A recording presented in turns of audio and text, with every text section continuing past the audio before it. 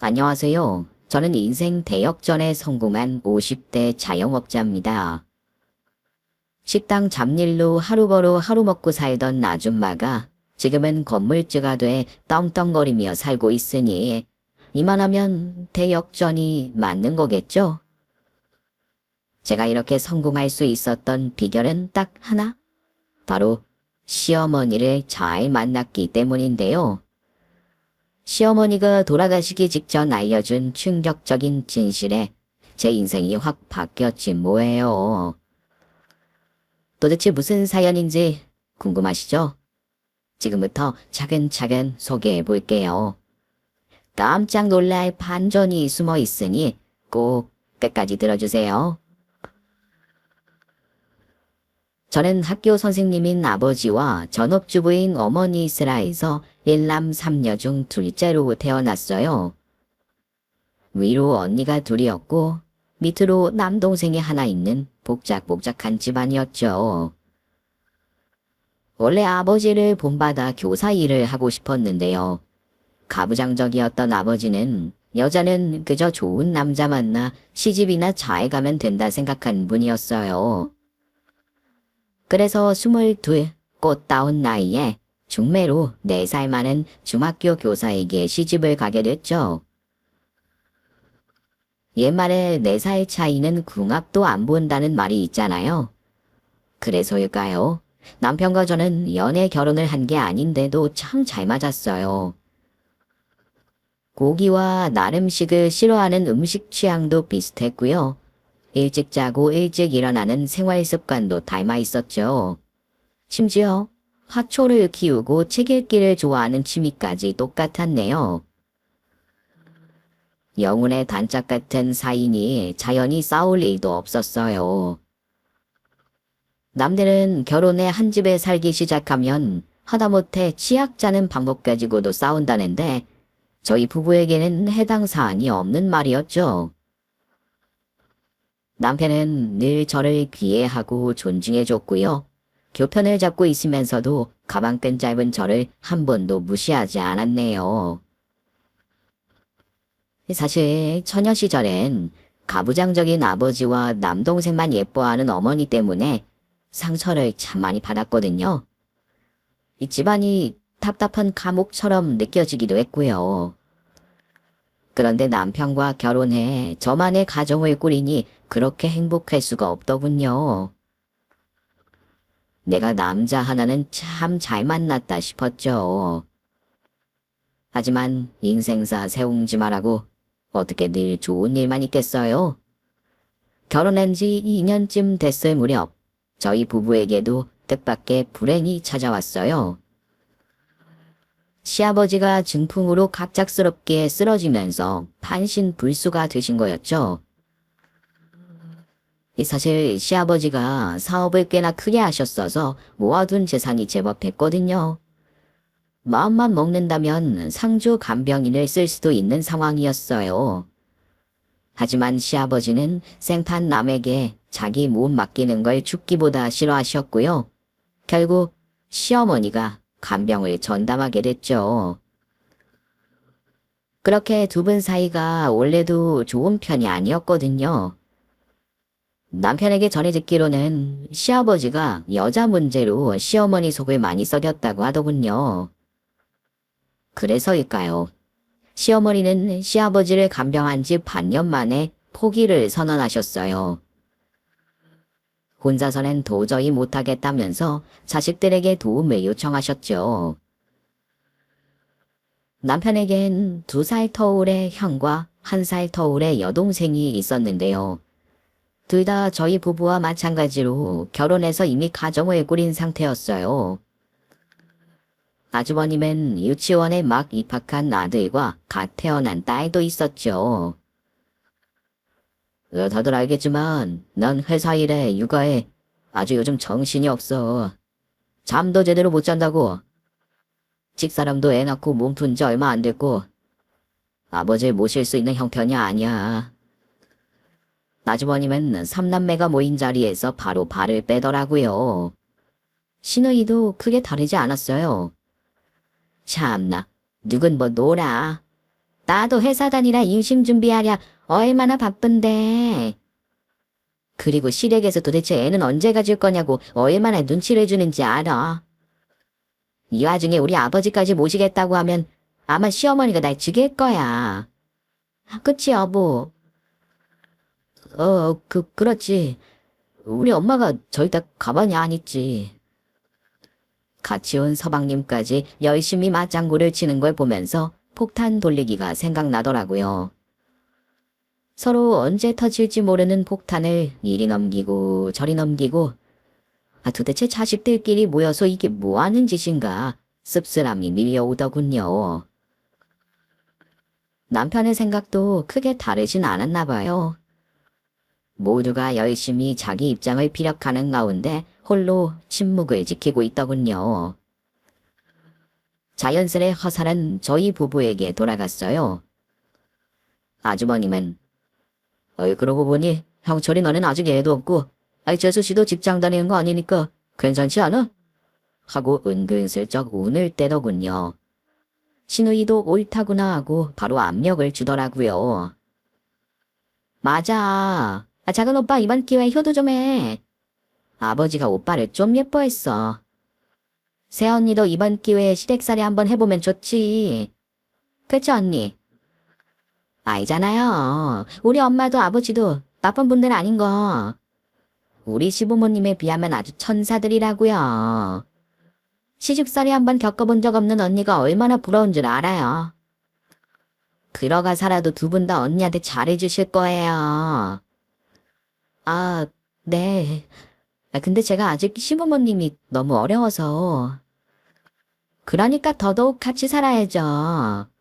며느리가 시부모님 모시고 사는 건 어떻게 보면 당연한 거 아닌가. 나도 우리 시부모님이 아파서 몸져 누우면 결국 돌봐야 할 거예요? 그게 며느리로서의 의무고 숙명이니까 부탁 좀 할게요, 새언니. 우리 아버지 누구라도 모시긴 해야 하잖아요. 신우이는 집요하게 저를 물고 늘어졌어요. 보다 못한 남편이 그만하라면서 중재에 나섰죠. 결국 그날은 이렇다 할 결론이 나지 못하고 흐지부지 흩어지게 됐는데요. 집으로 가는 차 안에서 제 표정이 너무 복잡했던 걸까요? 남편이 문득 그러더군요. 너무 마음 쓰지 마. 삼남매 다 결혼해서 독립했고 먹고 살기 바쁜데 너 어쩌겠어. 그냥 사람 써야지. 아버지가 돈이 없는 것도 아니고 자식들이 돌봐주길 바라는 욕심에 그러시는 건데 아버지도 현실을 직시하셔야지. 그렇긴 한데 마음이 영 안 좋네.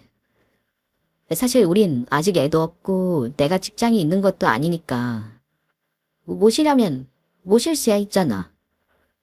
그럼 당신만 힘들어질 거야. 내가 돕는 것도 학교가 있으니까 한계가 있잖아. 이 경고환이라는 게 얼마나 힘든 건데. 오죽하면 어머니도 몇 달 만에 못하겠다고 두 손 돌아 들었겠어? 나도 마음이 안 좋긴 해. 아버지가 나를 정말 예뻐하긴 하셨거든. 하지만 우리 아버지한테 효자 노릇하겠다고 당신 힘들게 하고 싶진 않아. 남편의 말에 눈물이 팽 돌았어요. 남편과 시아버지 사이가 각별했다는 건 저도 들어서 알고 있었거든요. 얼마나 모시고 싶겠어요. 근데 제가 힘들어질까봐 불효자를 자처하는 남편이 참 고마우면서도 안쓰럽더군요. 결혼하고 제가 남편에게 받은 게 참 많은데 무엇 하나 돌려준 게 없는 것 같아 미안하기도 했죠. 그래서 며칠 고민 끝에 남편에게 말했어요. 시댁으로 들어가서 살자고. 제가 아버님을 모시게 했다고요. 남편은 그럴 필요 없다고 말렸지만 제 의지는 확고했네요. 그렇게 저희 부부는 결혼한 지 2년 만에 시댁으로 들어가 살게 됐어요. 집안 살림은 가정부 아주머니가 따로 계셔서 크게 신경 쓸 게 없었고요.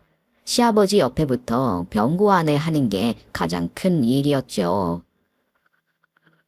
시아버지를 모시는 건 예상했던 것보다 더 힘들었어요. 시아버지 성정이 워낙 까탈스러워서 잘 먹던 음식도 뱉어내기에 일쑤였고요. 약도 안 먹겠다고 고집을 부리셔서 하루에도 몇 번씩 진땀을 흘렸네요. 무엇보다 고역이었던 건 화장실이었는데요.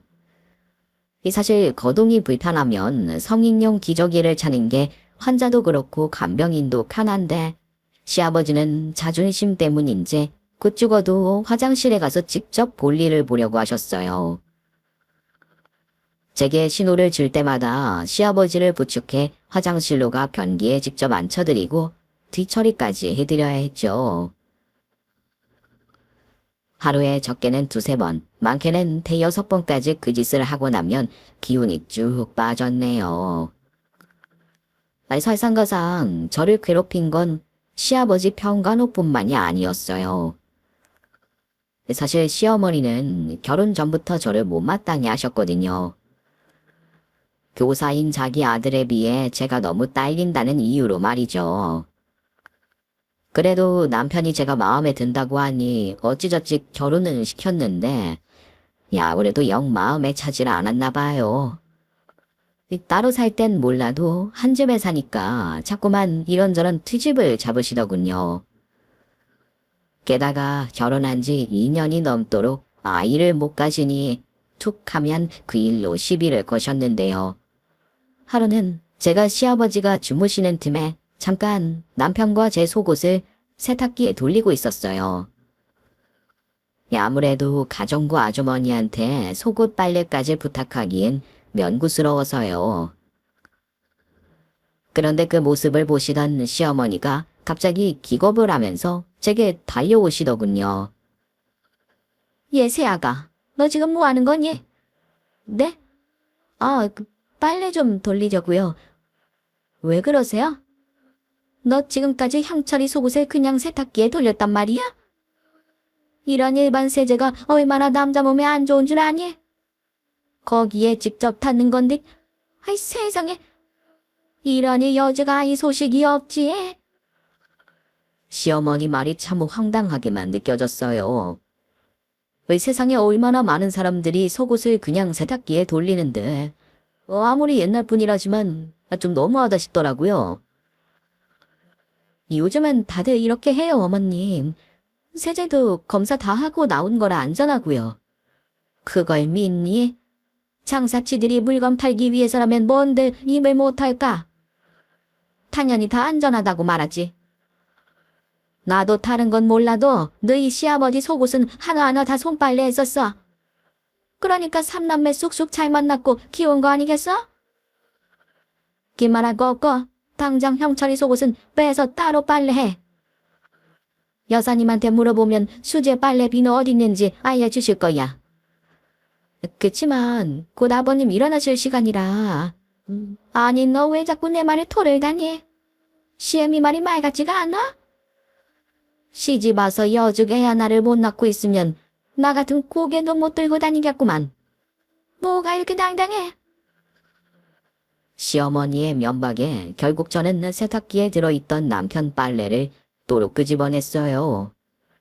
그리고 화장실에 쭈그리고 앉아 손으로 직접 빨기 시작했죠. 시어머니는 바로 옆에서 가자미 눈을 한 채로 지켜봤고요. 혹시라도 비눗물이 남아있으면 안 된다고 찬물에 10번도 더 헹구게 하셨네요. 아니나 다를까 중간에 시아버지가 일어나셔서 저를 찾으셨는데요. 시어머니에게 대신 시아버지 식사 좀 챙겨달라 부탁했지만 어림도 없었어요. 나도 맘 같아선 그러고 싶은데 요즘 허리가 너무 아파서 말이다. 병원에선 꼼짝도 하지 말라고 했는데 빨래 하나도 제대로 못하는 너 때문에 이게 뭐니? 지금까지 내내 서 있었잖아. 이제 좀 누워야겠다.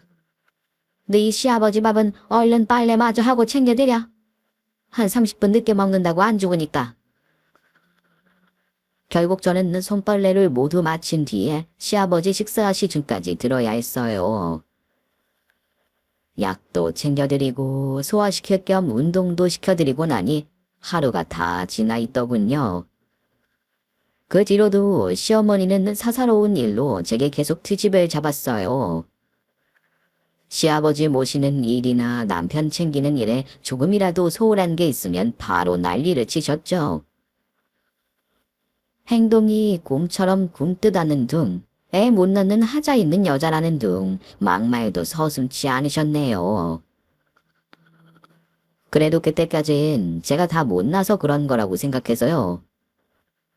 제가 조금만 더 노력한다면, 아이가 태어난다면, 시어머니도 저를 다시 봐주실 거라 믿었죠. 하지만 시아버지가 갑작스럽게 돌아가시면서 고부관계는 끝내 최악으로 치닫고 말았어요. 병원에서 얘기한 시아버지의 사인은 심장마비였는데요. 시어머니는 시아버지를 잃었다는 슬픔 때문일까요? 모든 걸 다 제 탓으로 돌렸어요. 급기야 해서는 안 될 말씀까지 하셨네요. 이 양반이 이렇게 빨리 갈 사람이 아닌데 움직이는 게 좀 불편하긴 해도 정정한 양반이었다고. 세아가, 너 간밤에 너희 아버지 주무실 때 이상한 짓 한 거 아니니? 네. 이상한 짓이라뇨, 어머님. 뭐 이상한 걸 먹였다거나 아님 약을 제대로 안 챙겨줬다거나. 너희 시아버지 돌보는 게 힘들다고 못된 마음 먹은 걸 수도 있잖아. 그게 무슨 말씀이세요, 어머님? 제가 아버님한테 해코지라도 했다는 거예요? 어떻게 그런 말씀을... 제가 그동안 아버님을 얼마나 성심성의껏 모셨는지 어머님도 아시잖아요. 근데 어떻게 저한테 그렇게 말씀하세요? 정말 해도 너무하세요. 아이와 아니면 말지 이렇게 시애미한테 토끼 눈까지 뜰 일이야? 성격이 이렇게 모난 걸 보면 나 모르게 그 양반도 많이 괴롭혔을 게 분명해. 역시 그냥 전문 간병인을 쓸 걸 그랬어. 가엾은 양반. 아이고, 저승 가는 게 원통에서 눈도 못 감는 거 아닌지 모를라. 결국 보다 못한 남편이 중재에 나섰어요. 그만하세요, 어머니. 아버지 가셔서 속상하신 마음은 이해하는데 그걸 이 사람한테 풀면 안 되죠. 어머니도 힘들다고 두 손도 발든 아버지 병건 힘들다는 예색 한 번 없이 1년을 한 사람이에요. 근데 어머니 그동안 고생한다는 따뜻한 말 한마디라도 해주신 적 있어요? 시어머니와 부딪힐 때마다 남편은 한결같이 제 편을 들어줬는데요. 이번에도 마찬가지였어요. 평소 그걸 그렇게 서운해하던 시어머니는 바로 도끼 눈을 뜨셨죠. 아니 이놈은 이런 상황에서도 지 마누라 편을 드네. 이놈아, 너야 딸내를 품고 있다가 배 아파 나은 게 누군데? 지금 네 애미는 애미 잃은 슬픔에 정신을 못 차리는데 그 와중에도 네 마누라 편을 들고 싶니? 이래서 자식놈들은 낳아봤자 소용이 없다니까. 꼴도 보기 싫으니까 당장 썩 꺼져. 급기야 시어머니는 장례식장에서 저와 남편을 내쫓으려고 했어요. 아주버님과 형님이 말려서 간신히 문상객들에게 흉한 꼴 보이는 건 막을 수 있었지만 저희 부부와 시어머니의 사이는 그날 이후 완전히 틀어지고 말았네요. 따로 살자는 시어머니 말씀에 집도 다시 구해서 따로 나오게 됐죠. 시어머니야, 아들에 대한 서운함에 그럴 수 있다 치는데요. 너무하다 싶었던 건 아주버님과 시누이의 반응이었어요. 저희 부부가 시어머니 눈밖에 난 걸 안타까워하긴커녕 기꺼워하더군요. 시아버지 돌아가신 뒤로 줄기차게 시댁을 들락날락하면서 시어머니를 챙기고 저를 깎아내리더라고요. 아마 시어머니 몫으로 떨어진 어마어마한 유산 때문이었겠죠. 시아버지는 생전에 자신의 재산을 법정 상속 분배로 똑같이 나눠 가지라 하셨는데요. 시어머니의 경우엔 배우자로서 재산에 대한 기여분이 인정돼서 꽤나 많은 재산을 물려받았어요.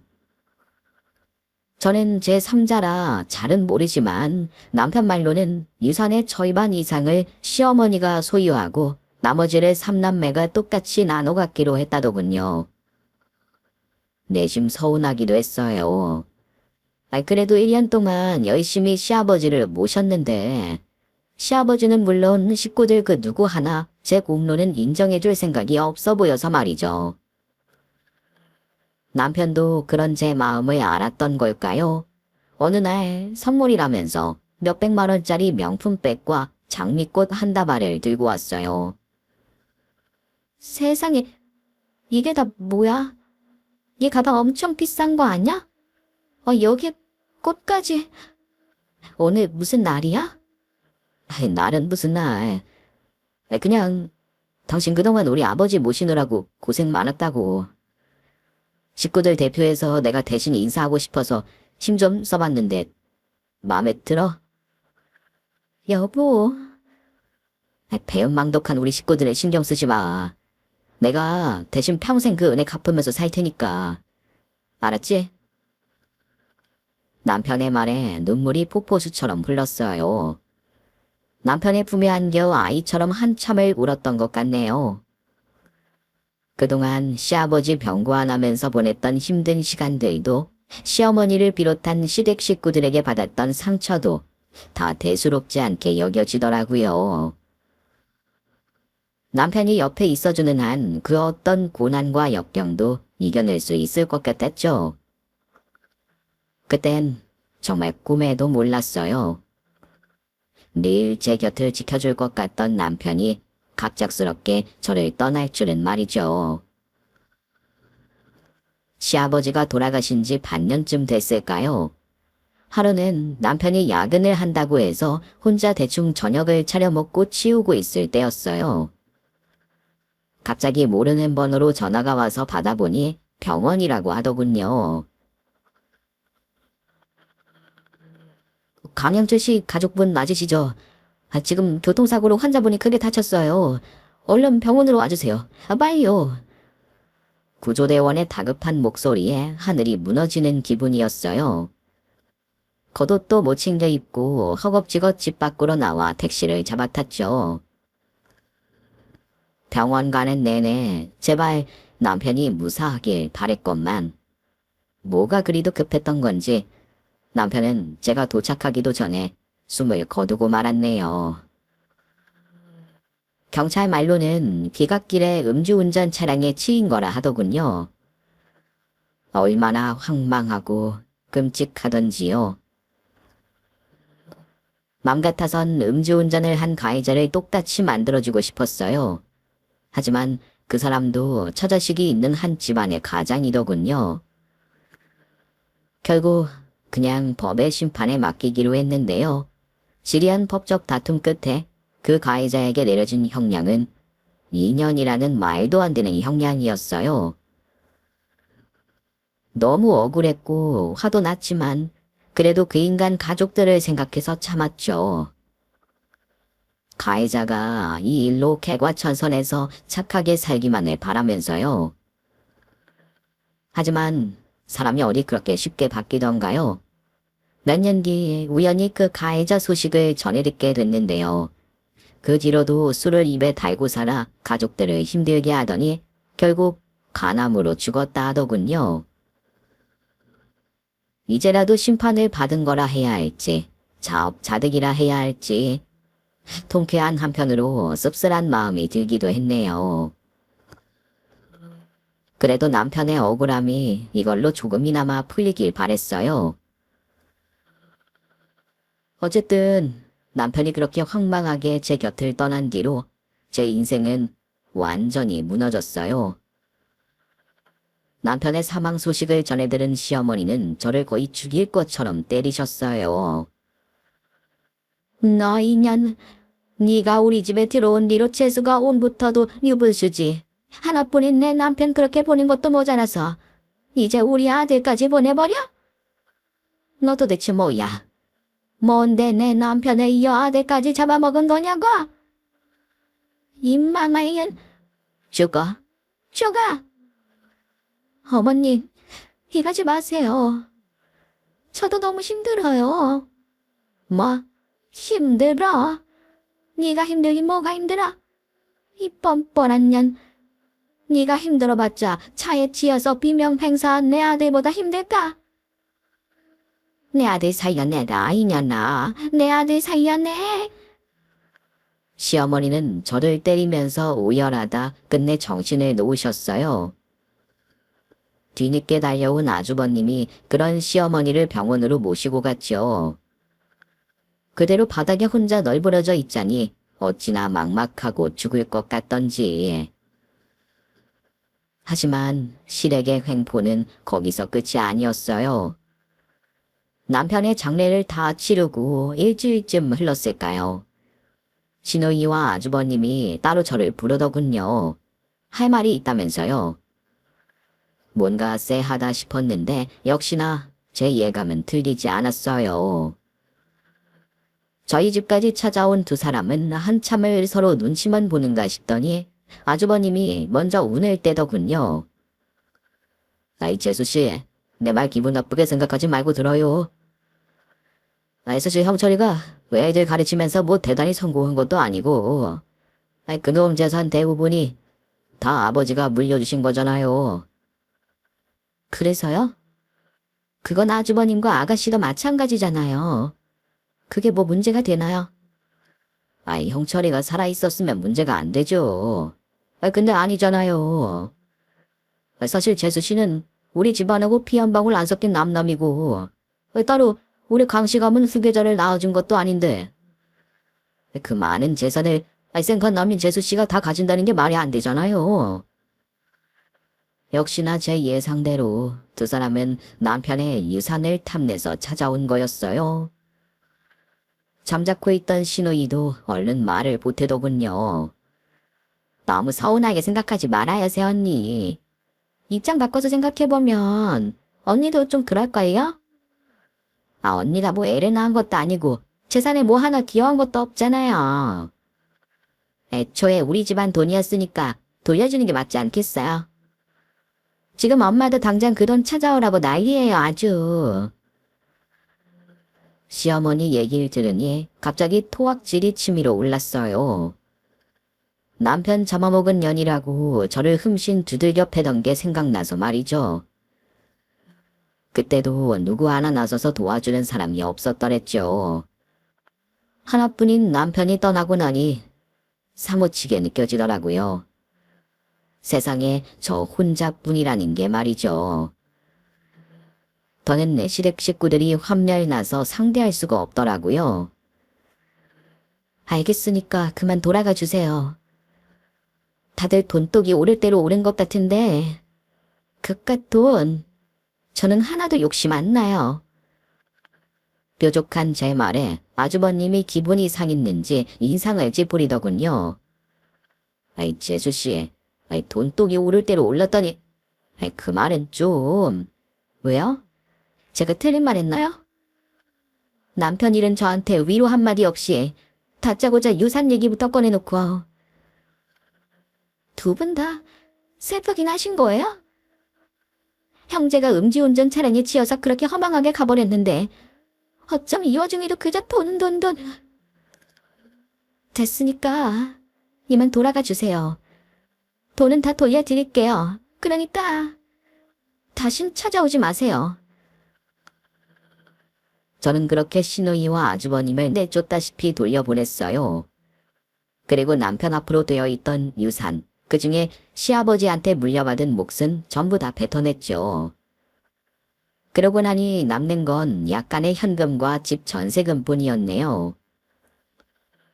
남편이 죽자마자 바로 냉혹한 현실과 마주하게 된 거였죠. 어떻게든 먹고 살기 위해 일을 구해야 했어요. 하지만 그동안 사회생활 한 번 안 하고 집에서 살림만 했던 제가 할 수 있는 일은 많지 않았네요. 회사들에 아무리 이력서를 넣어도 연락이 오는 곳은 단 한 군데도 없었죠. 급한 대로 고깃집에서 불판을 닦고 설거지하는 일을 시작했어요. 월급도 적고 노동 강도는 세지만 이것저것 가릴 처지가 아니었죠. 그리고 차라리 몸이 힘든 게 나았어요. 그럼 남편에 대한 그리움을 조금이나마 잊을 수 있었거든요. 일이 없는 날이면 제가 하는 거라곤 방 안에 들어박혀 남편 사진을 꺼내보며 펑펑 우는 것뿐이었으니까요. 남편을 잃고 나니 알겠더라고요. 제가 남편을 얼마나 사랑했었는지 말이죠. 잠깐이지만 남편 뒤를 따라가고 싶다는 어리석은 생각도 했었네요. 그래도 시간이 약이라고 1년, 2년, 3년. 해가 바뀔 때마다 남편을 잃은 상실감과 고통도 조금씩 줄어들었어요. 그쯤에 일하던 가게도 고깃집에서 분식집으로 옮겼는데요. 사장님이 제 요리 솜씨를 좋게 보셔서 아예 주방 실장으로 일하게 됐지 뭐예요. 월급도 전보다 많이 올랐고요. 무엇보다 손님들이 제 음식을 맛있게 먹는 걸 보면서 참 뿌듯했네요. 그때 남편이 죽고 처음으로 꿈이 생겼어요. 제 이름에 건 가게를 갖고 싶다는 거였죠. 하지만 현실적으로는 어림도 없는 소리였어요. 그쯤 저는 있던 돈도 생활고로 다 써버리고요. 집도 전세 빌라에서 작은 월세방으로 옮겨 하루하루 힘겹게 살아가고 있던 처지였으니까요. 이때때로 시댁 식구들에게 그냥 줘버린 남편 유산이 생각나 아쉽기도 했는데요. 어차피 내 몫이 아니었다 생각하고 다 잊으려 했네요. 그러던 어느 날이었어요. 분식집에서 일하던 중에 모르는 번호로 연락이 왔는데요. 받아보니 남편의 먼 친척 아주머니였어요. 명절에 얼굴만 한두 번 본 게 전부였던 이름도 가물가물한 분이었죠. 어쩐 일로 전화하셨냐 물으니 뜻밖의 대답이 돌아오더군요. 아윤, 내가 오지간하면 연락 안 하려고 했는데, 그래도 자네도 알아야 할 것 같아서 말이지. 네? 뭘요? 자네 요즘 향숙이랑은 아예 연락 안 하고 살지? 향숙이 지금 요양원에 있는 건 알아? 네. 어머님이 요양원에 계시다고요? 아유, 그래. 갑자기 치매가 오는 바람에 진철이도 영숙이도 못 모시겠다고 해서 결국 요양원 들어갔어. 정말 얼마나 놀랐는지 몰라요.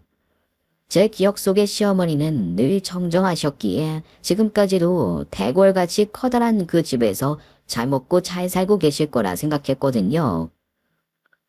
그런데 충격적인 소식은 거기서 끝이 아니었어요.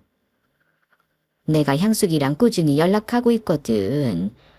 근데 향숙이 거기서 잘 못 지내는 눈치야.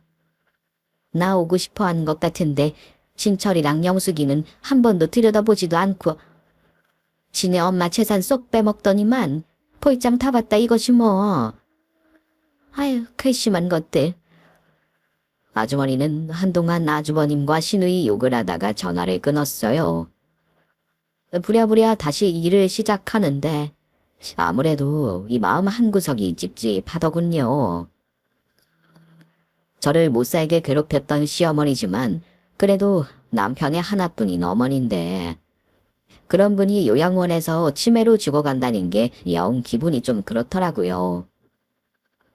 고민 끝에 저는 다시 아주머니에게 연락해 시어머니가 계신 요양원 이름과 연락처를 받았어요.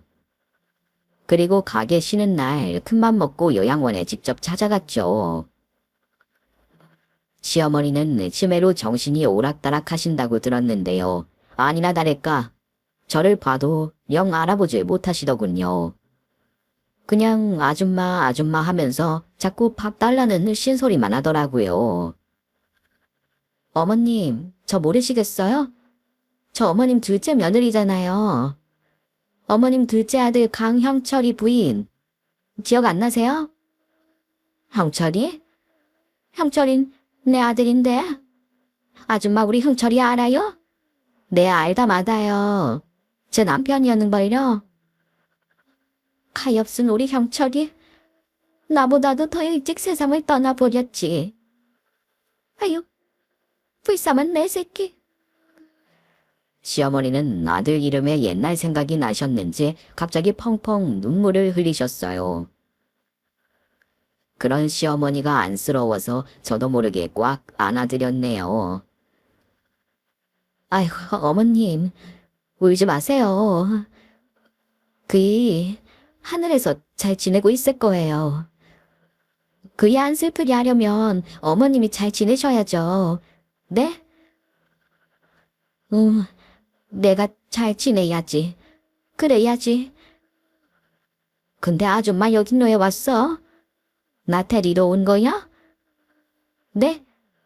아, 그냥 오랜만에 어머님 얼굴 보고 싶어서 놀러 왔어요. 어머님 잘 지내고 계신 거죠? 아니, 나 잘 못 지내. 여기 너무 싫어요. 밥도 제대로 안 주고 약 안 먹으면 때리고 너무 무서워. 나 좀 데려가줘요, 아줌마. 응? 짐에 걸린 노인네의 말을 진지하게 들을 필요가 없다는 건 알지만 시어머니의 얼굴은 정말로 검해질려 보였어요. 안 그래도 그때가 요양원 노인 학대 문제로 한참 논란이 일 때였거든요. 혹시나 하는 마음에 시어머니가 입고 있던 옷을 걷어봤는데요. 팔목이랑 배 쪽에 시퍼런 멍이 있더군요.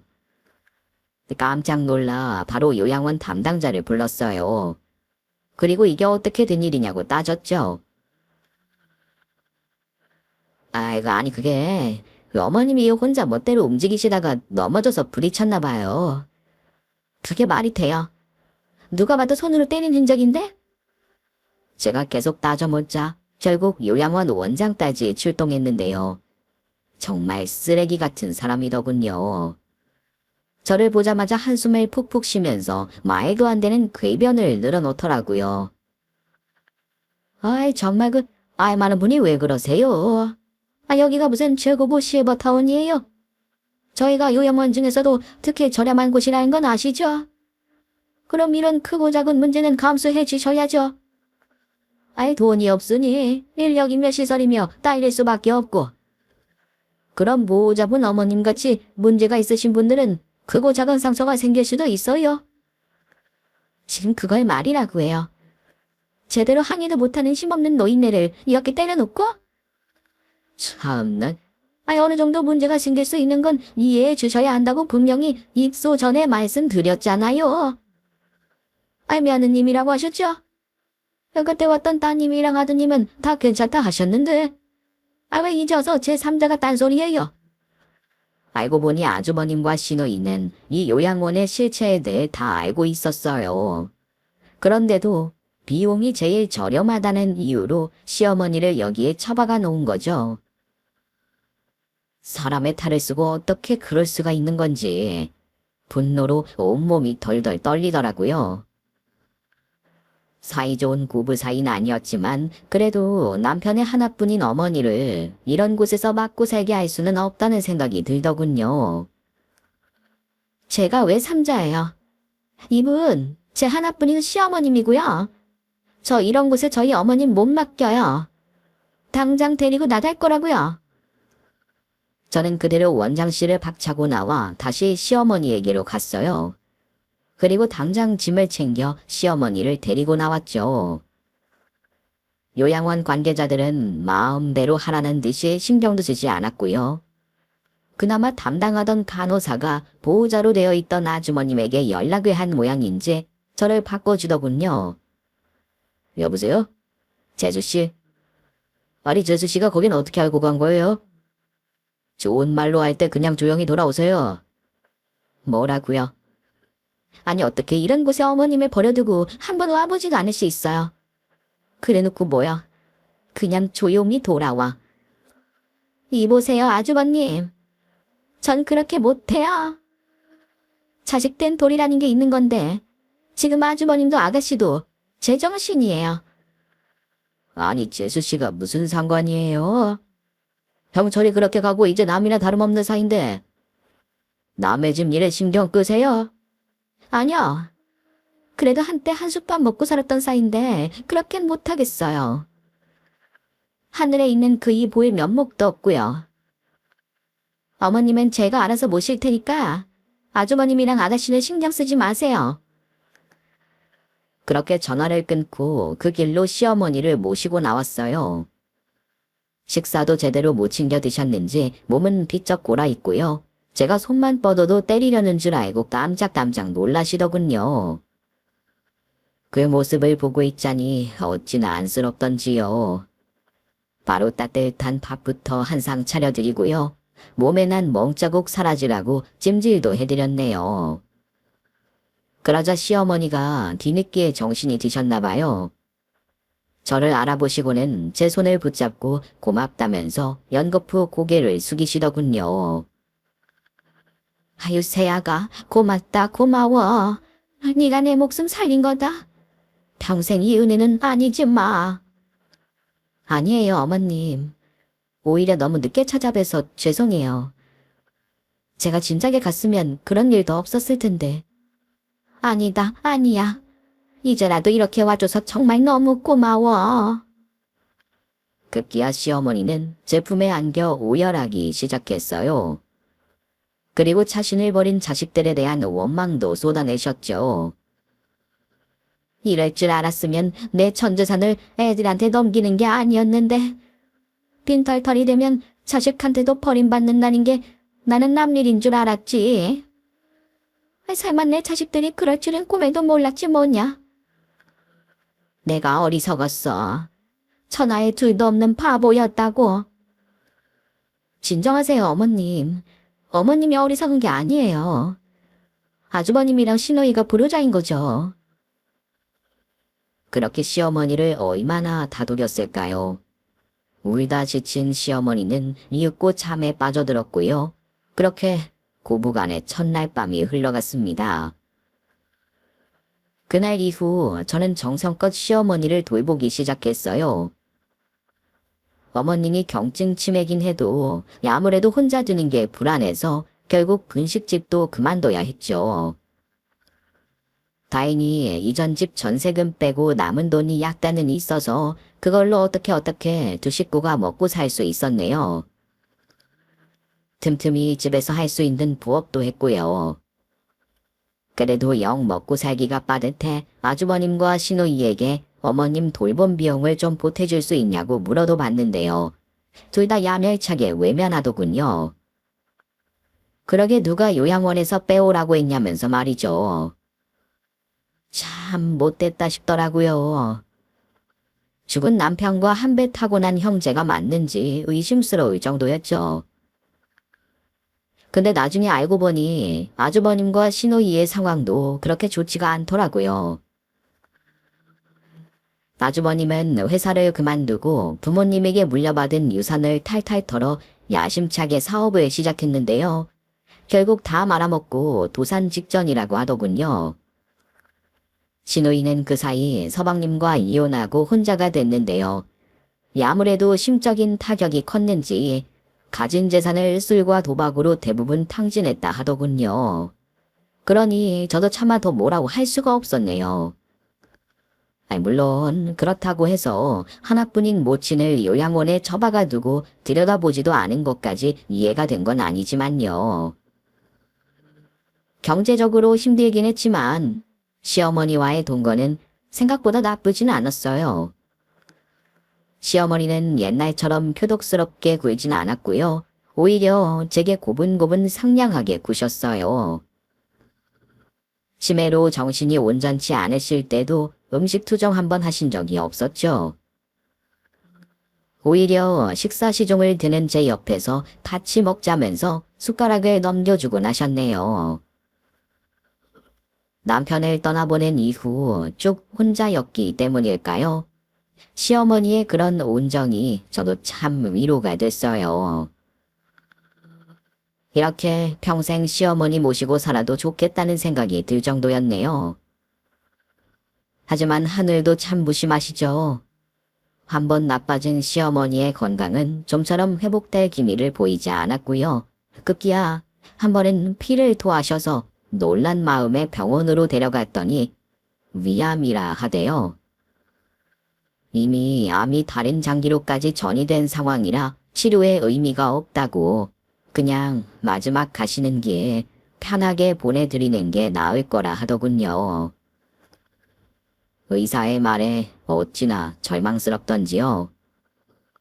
이대로 손도 못 쓰고 시어머니를 남편이 있는 곳으로 보내자니 너무나 죄책감이 들었어요. 그렇다고 연로하신 시어머니를 병원에 가둬놓고 그 힘든 항암 치료를 시키자니 그건 그거대로 못할 짓이다 싶었죠. 아주버님과 시누이에게도 이 소식을 알렸는데요. 둘 다 뭐 어쩌겠냐며 그냥 편하게 보내드리자고 하더군요. 검사 때문에 입원해 계시는 동안 한 번 와보지도 않았네요. 그때까지도 시어머니는 본인이 암이라는 걸 모르셨는데요. 뭐 어쨌든 알리긴 해야 하니 시어머니 정신이 온전한 때를 봐서 무거운 마음으로 입을 열었어요. 어머님, 저희 그 병원에서 같이 검사했잖아요. 근데 의사 말로는 어머님 위가 많이 아프대요. 암이라고? 의사랑 간호사들이 하는 말 다 들었다. 알고 계셨어요? 그럼 나도 귀가 있는데. 그리고 네 표정만 봐도 내가 단단히 죽을 병이 거였구나. 알겠더라. 죄송해요. 제가 표정 관리를 잘 못해서. 죄송할 게 뭐가 있어. 이제야 나도 우리 영감이랑 형철이 옆으로 갈 때가 된 거지. 오히려 잘 됐구나. 모든 걸 해탈한 듯 말씀하시는 시어머니를 보고 있자니 가슴 깊은 곳에서 울컥한 감정이 치밀어 올랐어요. 잘 되긴 뭐가 잘 돼요. 전 어머님 이렇게 그냥 보내드리고 싶지 않아요. 맘 같아선 항암 치료밖에 하고 싶다고요. 그냥 이렇게 포기하실 거예요, 어머님? 치료 한번 안 해보고요? 됐어. 치료받을 돈도 없고 이 나이에 더 산다고 해서 뭔 의미가 있겠니? 돈은 걱정하지 마세요. 제가 어떻게든 마련해 볼게요. 나 돌본다고 일도 그만둔 애가 무슨 수로 돈을 마련해. 일이야 다시 하면 되죠. 그러니까 돈 때문에 그런 거라면 우리 같이 항암 치료 받아봐요, 어머님. 네? 저 이대로 어머님 못 보내요. 저희 돈에서 잘 지냈잖아요. 앞으로도 계속 그렇게 같이 행복하게 살아요. 저는 괜찮다고 하는 시어머니를 계속 설득했어요. 시어머니도 그런 제 간절한 애원에 마음이 움직인 걸까요? 마침내 항암 치료를 받겠다고 하셨죠. 그렇게 시어머니는 병원 일정을 조율해 바로 입원하셨고요. 1차 항암 치료를 앞두고 계셨는데요. 하늘도 참 무심하시죠. 그 사이에 시어머니가 글쎄 감기에 걸렸지 뭐예요. 젊고 건강한 사람한테야 감기가 그냥 감기지 시어머니 같은 연로한 환자에겐 감기도 치명적인 병이나 다름없었어요. 시어머니는 들끓는 고열에 도통 정신을 못 차리셨고요. 밤에 잠도 못 이루신 채 저를 찾았죠. 새아가, 새아가, 거기 있니? 네, 어머님, 저 여기 있어요. 그러니까 아무 걱정 마세요. 고마운 새아가.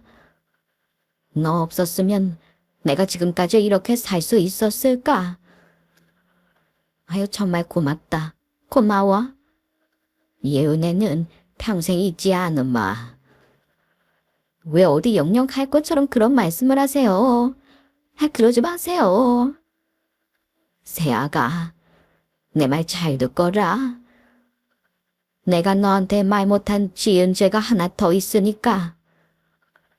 뜬금없는 시어머니 말에 전 그대로 얼음이 되고 말았어요. 그게 무슨 말씀이세요? 지은 죄라뇨? 너희 시아버지 말이다. 네가 그렇게 힘들게 평수발 들었는데 뭐 하나 네 앞으로 남겨준 게 없어서 많이 야속했지. 근데 실은 그 영감이 네 앞으로 땀 하나를 남겨줬어. 죽기 전에 너한테 고마웠다고 이 땅은 꼭 네 앞으로 해주라고 했었지. 근데 내가 그걸 일부러 감추고 모르쇠 했던 거야. 미안하다. 미안해. 그게 대체 무슨... 실은 그동안 계속 말하려고 했는데 그럼 미련할 만큼 착한 네가 그 땅을 팔아서 내 병구안하는 데 쓸 것 같아서 말이다.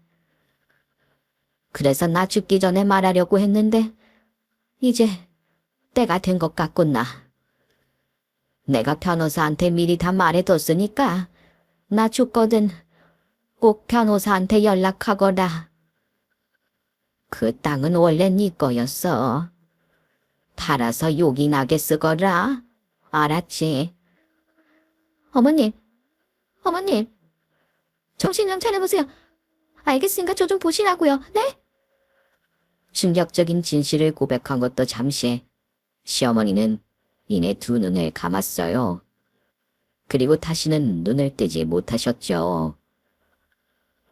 아주버님과 시누이는 시어머니가 돌아가시고 난 뒤에야 모습을 드러냈어요. 하는 짓으로 봐선 장례식도 안 오는 거 아닌가 했는데 그래도 사람들 눈을 의식해선지 아주버님이 상주를 섰고요. 시누이도 그 옆에서 열심히 우는 신용을 하더군요. 그 모습을 보면서 도대체 부모 자식 간의 사이란 뭘까 회한에 빠졌네요. 전 자식이 없어서일까요? 도통 이해가 되지 않더라고요. 저는 저대로 무슨 정신으로 장례식을 치렀는지 모르겠어요. 시어머니를 떠나보내고 저는 한동안 집에 틀어박혀 그 누구도 만나지 않은 채 두문불출했죠. 그렇게 한 달쯤 지났을까요? 모르는 번호로 전화가 와서 받아보니 변호사라고 하더군요. 그제야 시어머니가 돌아가시기 직전에 했던 말이 생각이 나더라고요. 변호사는 시아버지가 제 앞으로 물려준 땅이 있었다고 시인했고요.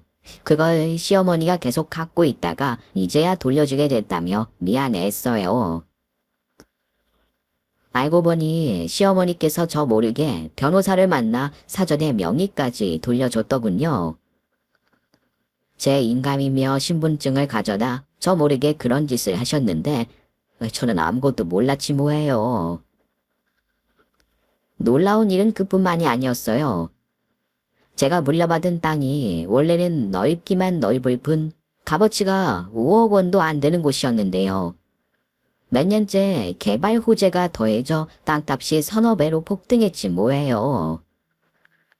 그런데 시댁 식구들이 뒤늦게 시어머니가 제게 물려주신 땅에 대해 알게 됐나 봐요.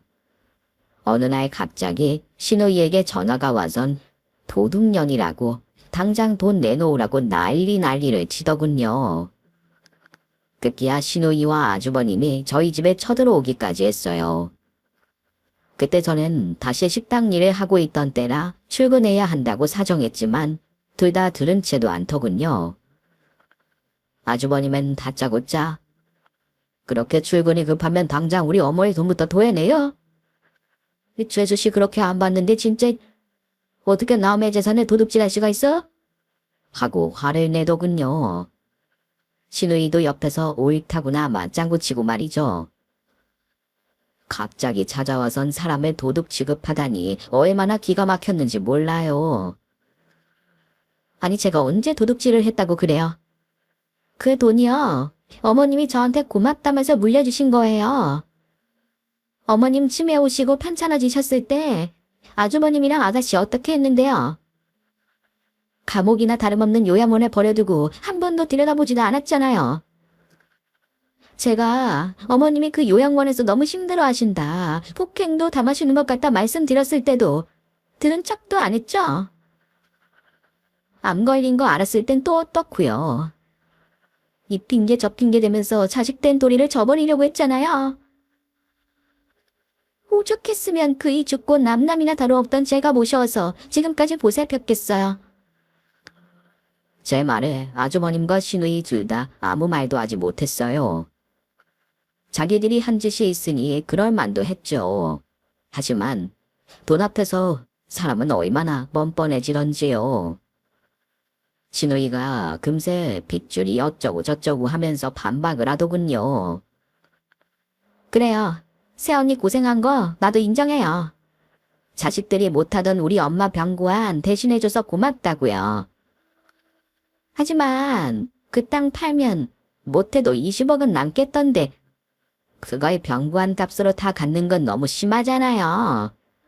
따지고 보면 우리 부모님 재산이고 우리 부모님 친자식은 저희라고요. 그러니까 한 1억 정도만 갖고 물러나세요. 이것도 진짜 많이 봐드린 거예요. 1억을 주면서 선심 쓰는 꼴이라니. 정말 웃기지도 않더라고요. 본인들은 시아버지의 수십억에 달하는 그 많은 유산을 다 헤쳐먹고 말이죠. 아니, 3분의 1로 나누는 것도 아니고 1억이요. 아버님도 어머님도 돌아가실 때까지 돌본 건 전데 그게 고맙다고 땅을 주신 건데 왜 아가씨랑 아주버님이 이래라 저래라 하나요? 변호사 선생님한테 이미 법적으로 아무 문제 없다는 자문 받았어요. 오히려 예전에 빼앗긴 우리 그의 유산도 제가 유류분 소송 걸면 받을 수 있다던데요. 그런 것까진 안 할 테니까 좋은 말로 할 때 돌아가세요. 빼앗긴 남편의 유산을 언급하자 아주버님과 시누이가 흠칫했어요. 둘이서 시선을 교환하면서 어쩔 줄 몰라 하더군요. 타렴치 않 두 사람을 내버려두고 그냥 집에서 나가려는데 아주버님이 뒤통수에 대고 한마디 던지더군요. 재수씨 그렇게 안 봤는데 진짜 무서운 사람이네요. 돈독이 아주 제대로 올랐어. 하긴 영철이 그놈도 겉으론 선비인 척해도 돈 욕심이 장난이 아니었지. 재수씨도 알았어요? 영철이 그놈이 아버지 돌아가셨을 때 재수씨가 아버지를 돌봤네 뭐네 하면서 장남인 나랑 똑같이 유산 물려받겠다고 덤빈 거. 아주 형한테 주먹질까지 하면서 덤비더라니까. 저는 몰랐던 얘기였어요. 하지만 남편이 그렇게 행동한 이유를 바로 알겠더군요. 돈 욕심 때문이 아니었어요. 그나마 있던 재산도 대부분 교육단체에 기부하려고 했던 사람이니까요. 남편이 그렇게 행동했던 건 다름 아닌 저 때문이었죠. 제가 시아버지 돌봤던 고생과 노력을 돈으로나마 보상해주고 싶었던 거예요.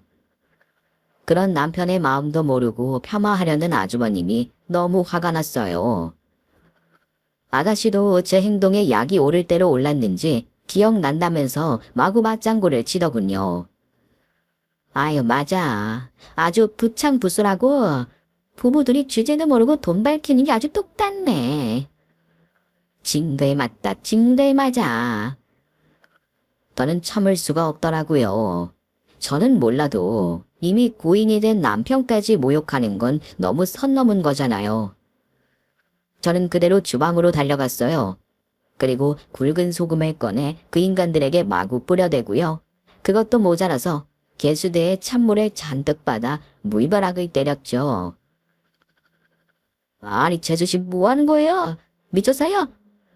그래요, 나 미쳤어요. 그러니까 더 큰 일 당하기 싫으면 당장 내 집에서 나가요. 얼른! 이런다고 우리가 그 땅을 포기할 것 같아요? 애초에 우리 아버지 땅이었잖아요. 욕심 그만 부리고 내놔요. 지금 욕심을 부리는 게 누군데? 근노한 저는 주방에서 홍두깨를 꺼냈어요. 그리고 시누이와 아주버님을 향해 마구 휘둘렀죠. 그러자 둘 다 겁을 잔뜩 집어먹고는 꼼지가 빠져라 도망가더군요. 그 모습을 보고 있자니 어찌나 통쾌하던지요. 그 뒤로도 아주버님과 시누이는 포기하지 않았어요. 끊임없이 연락을 해대고 집으로 찾아오는 통에 결국 핸드폰을 바꿨고요. 밤중에 아무도 모르게 이사도 갔죠. 그러자 그때부턴 법적으로 소송을 걸려고 하더군요. 하지만 변호사 선생님의 조언대로 제가 그 땅을 물려받는 데는 아무런 문제가 없었어요. 오히려 유류분 소송을 걸어서 그 인간들에게 남편 유산을 뱉어내게 했네요. 심보를 못되게 쓴 덕분일까요? 아주버님은 사업을 말아먹은 뒤 형님에게 이혼당하고 여주 혼자고요. 중간에 주식에 손을 대는 바람에 사채비까지 생겨 도망자 신세로 전락했어요. 신우이도 여전히 도박과 술에 푹 빠져 사람 구실을 못하고 산다더군요. 돌아가신 남편과 시부모님을 생각하면 참 죄송하고 면구스럽지만 그래도 남보다 못한 사이가 됐으니 더는 신경 쓰지 않으려고요. 반면 저는 누구보다 잘 살고 있어요. 시어머니가 물려주신 땅은 처분해서 부동산에 투자했고요. 그게 대박이 나면서 저는 돈이 아쉽지 않은 인생을 살게 됐어요. 제 오랜 꿈이었던 제 이름에 건 식당도 하나 운영 중이에요. 그래도 손맛이 없진 않은지 제법 찾아주시는 분들이 많답니다. 주변에선 이제라도 얼른 좋은 남자 만나서 재혼하라는데 아직까지는 제 마음속에 남편과 시어머니의 그림자가 너무 크게 남아있어서일까요?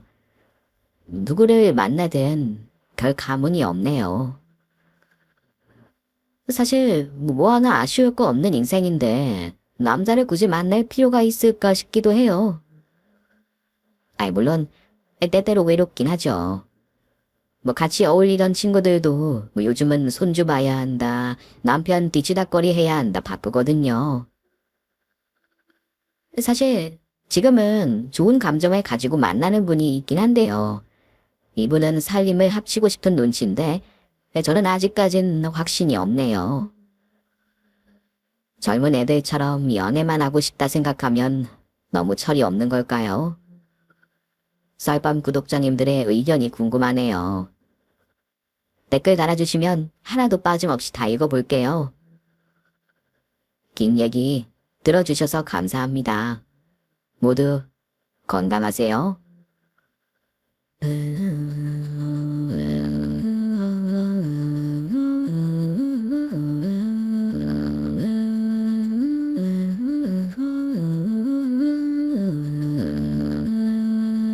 널 강아지를 꺾이는 건데